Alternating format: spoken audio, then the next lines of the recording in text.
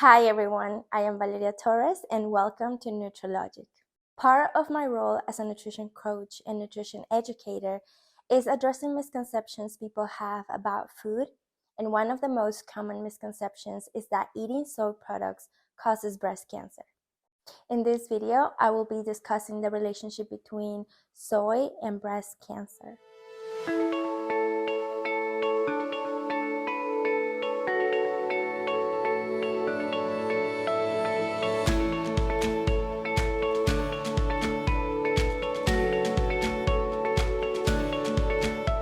Last year, I had the opportunity to attend a conference by the American Cancer Association, hosted by FANCY. During this conference, the American Cancer Association mentioned that one of the biggest findings for breast cancer survivors includes the following. A healthy dietary pattern has been associated with improved overall survival. A Western dietary pattern high in red processed meats, high in dietary fat and refined grains is associated with a higher risk from all forms of disease. And lastly, eating soy after a negative diagnosis is believed to be associated with a lower risk of disease recurrence, but the data as of now is still limited and the research continues. Some forms of cancer, such as hormone receptor positive breast cancer, uses estrogen and progesterone to grow. And because of this, people may worry that eating phytoestrogens found in soy could increase estrogen in their bodies and encourage breast cancer growth.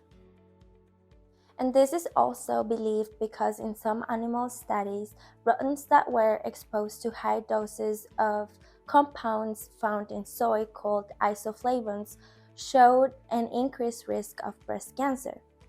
The hypothesis that soy is linked to breast cancer started to be debunked by the low breast cancer mortality rates in Japan and other Asian countries where soy is commonly consumed pretty much daily. A meta-analysis conducted evaluating individuals consuming high levels of soy had a significant reduction in breast cancer risk compared to those in the low soy consumption group.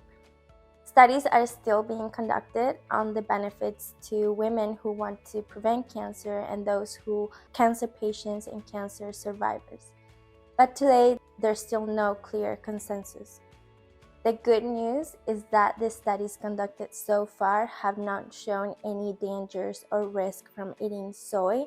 In fact, clinical trials consistently show that isoflavone intake from soy does not adversely affect the markers of breast cancer risk, including dense tissue in your breast and cell multiplication. So the health benefits found in these studies appears to outweigh the potential risk. And also keep into consideration that the studies that showed a negative effect were conducted in animals and not humans. And you have to also take into account the amount of isoflavones used in the study and the period of time that the rodents were exposed to the isoflavones. So the studies that are now being conducted in humans and also the studies conducted in Asian populations, for example, are very positive.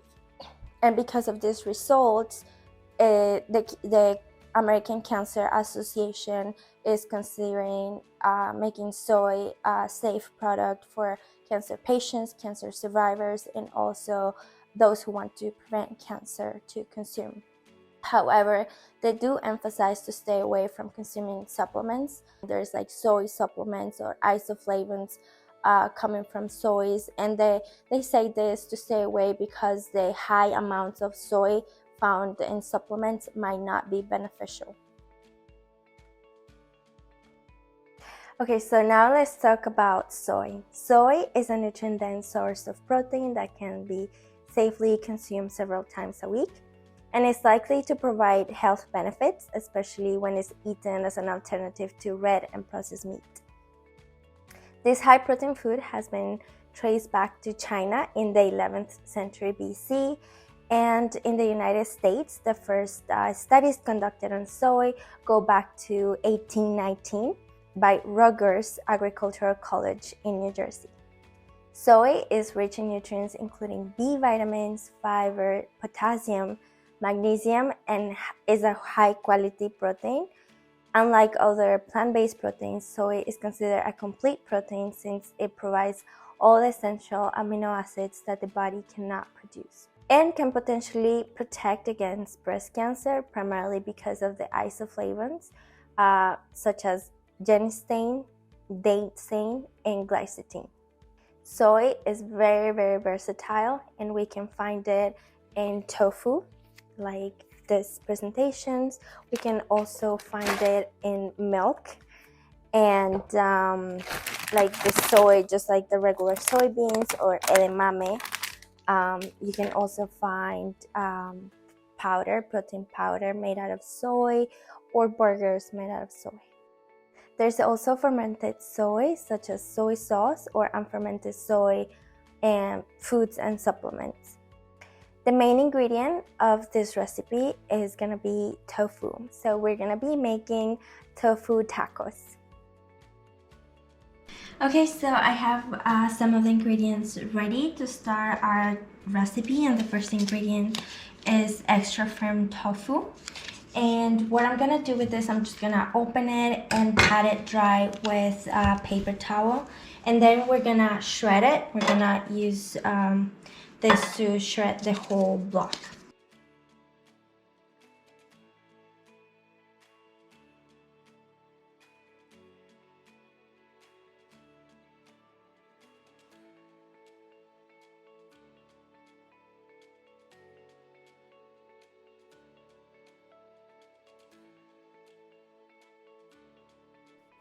Okay, so here's our tofu. We're gonna start cooking it. But before I start, I just wanted to mention some important things to know about tofu. Tofu is incredibly versatile and nutritious food that has been enjoyed around the world for centuries. Tofu is made with curdled soy milk, processed into blocks in a process similar to making cheese. And 3 ounces of tofu contains approximately 20 grams of isoflavones and 8 grams of protein. Cooking tofu was first recorded during China's Han Dynasty more than 2,000 years ago, and today is one of China's most consumed ingredients. Okay, so the first thing we're gonna do is we're just gonna add the onions to our pan, and the pan right now is at medium heat.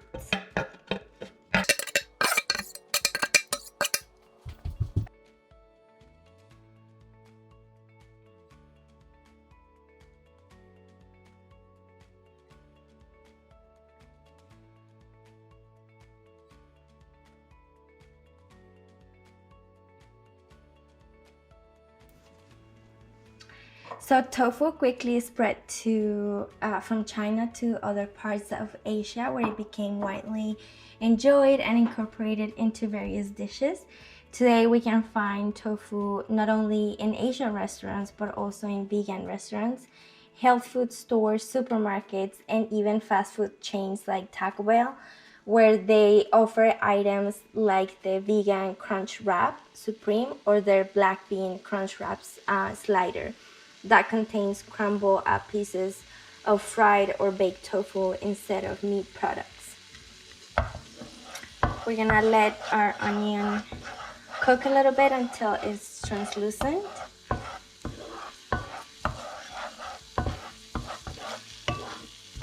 And then we're gonna add our spices, and lastly we're gonna add the tofu. So we can find tofu in different presentations.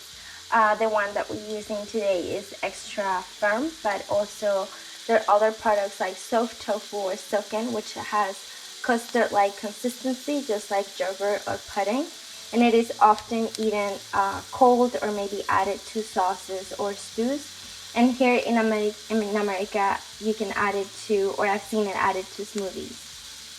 Firm tofu, which is my favorite and the one that we're using today, is a sturdier and has a sturdier texture and is better for cooking. This type of tofu is less porous, which means that less flavor can be absorbed to it, and it holds less water and is great for stir-fried, pan cooking and grilling. The other kind is deep fried tofu, which can be found in thin sheets of tofu that have been fried until light and airy. And the other one is like a thicker fried tofu, which also only has a crust outside, but inside the tofu is a little soft. Okay, so I am cooking the onion, and what we're gonna do is we're just gonna add a tablespoon of chipotle, the chili powder, sorry. We're gonna lower the temperature to medium heat. We're just gonna add our spices.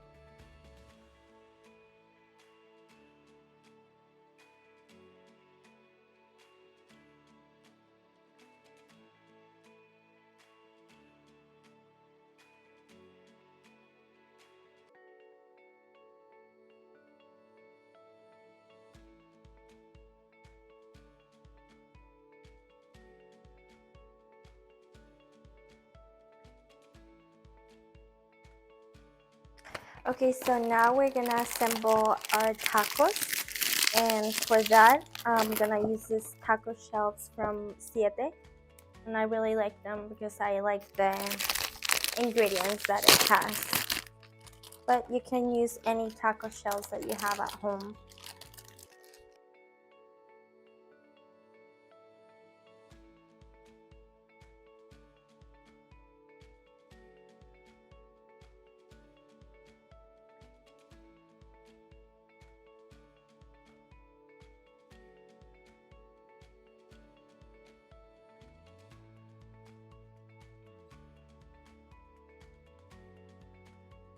So it has a fascinating history that stretches back to thousands of years, from its beginnings in ancient China all the way to its current global popularity. Whether you're vegan or you're looking for a healthy plant-based option that is also affordable, I think tofu is just a great addition to your grocery list. And I want to emphasize, don't be afraid to include soy products in your diet, as they have shown to have protective effects against cancer cells. And I hope you tried this delicious recipe to give tofu a try. I know adding spices and adding a little bit of flavor is gonna make it a lot easier to start including it in your diet. All right, everyone, this is it for today. Thank you again for tuning in. You can stay connected with me and Nutrilogic every week by tapping that bell and clicking subscribe below. All recipes and links are found in the show notes. And if you're interested in a more personal nutrition, whether you're a patient or someone wanting to improve your health, learn more about my programs at www.nutrilogic.com. I will see you next week, and happy eating.